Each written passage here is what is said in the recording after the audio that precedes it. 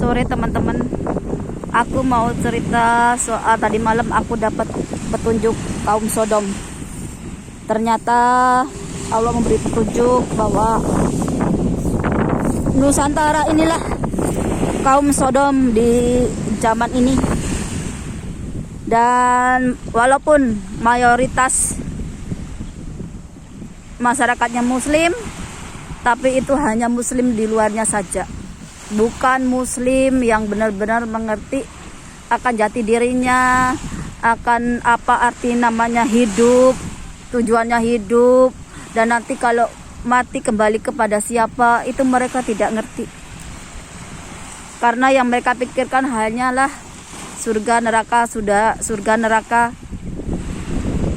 Mereka tidak bisa mengendalikan hawa nafsu. Agamanya hanya menyentuh kulit, tidak mampu menyentuh hati. Dan tanda-tanda dari kaum Sodom adalah penyuka sejenis. Kalau dulu leluhur kita dijajah pakai senjata, pakai fisik, sekarang Nusantara itu dijajah satu, pakai agama yang sudah keblinger, yang sudah jauh dari jalan kebenaran. Yang kedua, Nusantara itu dijajah pakai sistem demokrasi, sistem liberal, hak asasi manusia, atas nama manusia, kemanusiaan, atas nama cinta kasih. Secara langsung tidak langsung mereka itu melegalkan sejenis, percintaan sejenis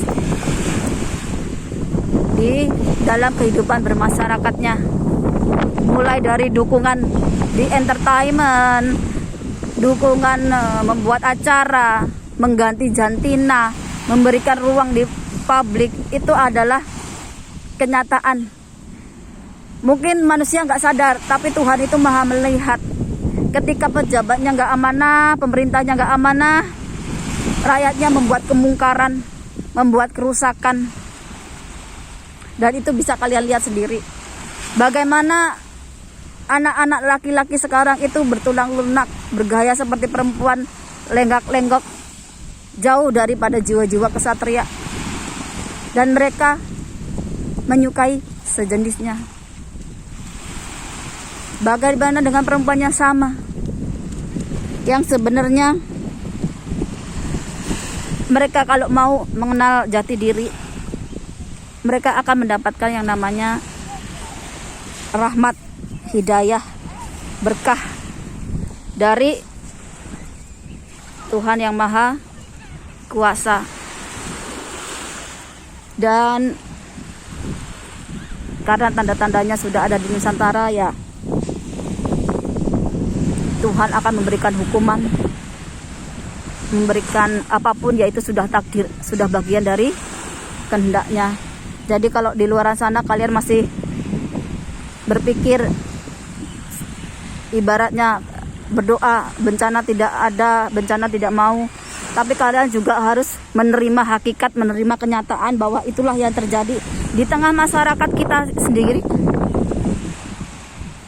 bahwa ternyata agama yang kita anut itu jauh jadi yang namanya kebenaran, sehingga kita ini menganut sistemnya sistem dajjal buatan manusia yang lama-kelamaan membawa kita itu seperti menciptakan Tuhan kita sendiri.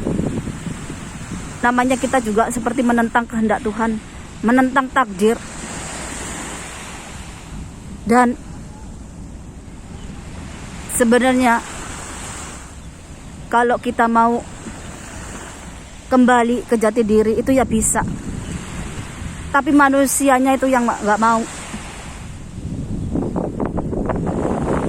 Beragama apa saja boleh, tapi jangan lupakan leluhur ajarannya, karena itu yang akan mengenalkan kita pada jati diri, asal usul kita. Kalau kita udah mengenal asal usul, kita akan mengenal jati diri, kita akan mengenal Gusti Allah sing gawe urip. Kita akan tahu apa tujuan kita hidup untuk apa.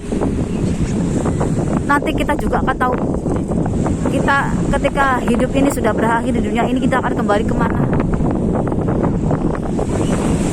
Tapi ketika sebagian dari orang-orang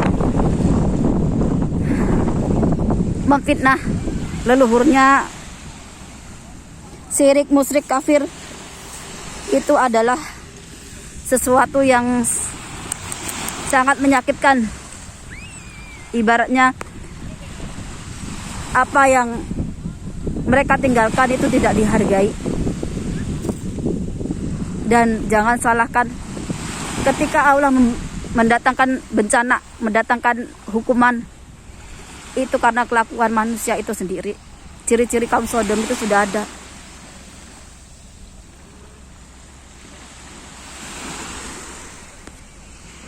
Dan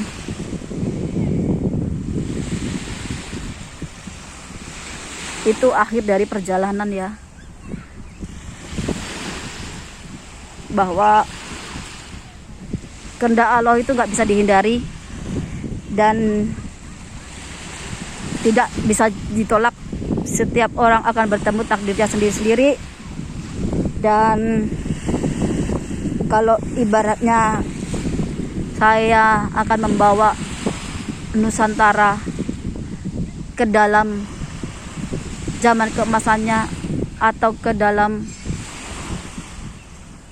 yang seperti dunia akhirat, berarti untuk mengakhiri masa kegelapan ini ya kita selesaikan karma dengan kita itu dileburkan, disucikan untuk menebus dosa-dosa kita kepada Allah. Itu adalah jalan terbaik untuk memutuskan tali karma. Karma-karma keburukan, karma-karma kegelapan yang sudah ada pada kita ini hilang bersama dengan bencana. Dan sehabis gelap terbitlah terang, dan kita akan memulai hidup baru agar menjadi manusia yang lebih baik lagi dengan penuh rahmat, hidayah, berkah dari Allah. Dan apa yang terjadi itu akan menjadi pelajaran anak cucu kita nanti, agar anak cucu kita nanti tidak sampai tersesat seperti yang terjadi sekarang. Dan itulah hakikat kenyataan yang kita harus terima, bahwa kita sendirilah yang membawa kehancuran, bahwa kita sendirilah yang menjadikan Nusantara tercinta kita ini seperti kaum Sodom. Karena apa? Karena kita salah jalan, karena kita salah